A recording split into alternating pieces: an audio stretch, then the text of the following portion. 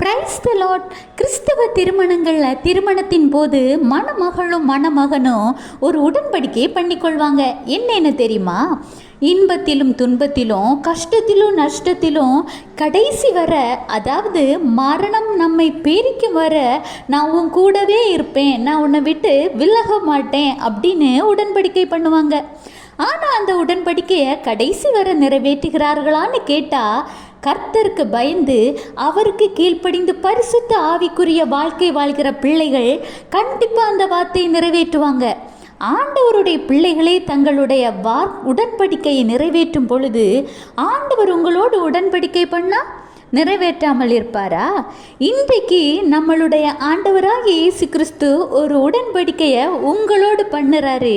என்னன்னு கேட்குறீங்களா?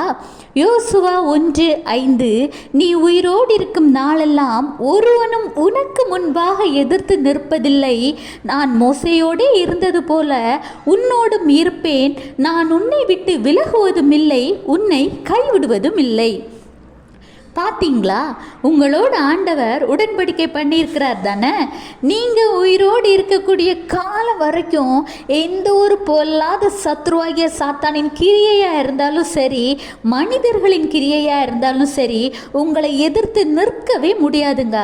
எப்படி அன்று ஆண்டவர் மோசையோடு இருந்து வழி நடத்தினாரோ அதுபோல் உங்கள் வாழ்க்கை பயணம் முழுவதும் ஆண்டவர் உங்களோடு இருந்து உங்களுக்கு கைடன்ஸ் பண்ணி வழி நடத்த போகிறார். எல்லாத்துக்கும் மேலே உங்களை விட்டு ஆண்டவராகிய இயேசு கிறிஸ்து விலகவும் மாட்டாரு, கைவிடவும் மாட்டாருங்க. ஏன்னா அவர் உங்களோட அப்பாங்க. பிள்ளைங்க தப்பு செய்த உடனே அப்பா அம்மா விட்டுட்டு போயிடுவாங்களா? தண்டித்து திருத்த தானே செய்வாங்க.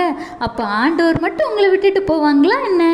உங்கள் கவலைகள் எல்லாம் மறந்து சந்தோஷமா இரு. Have a blessed day. Jesus bless you.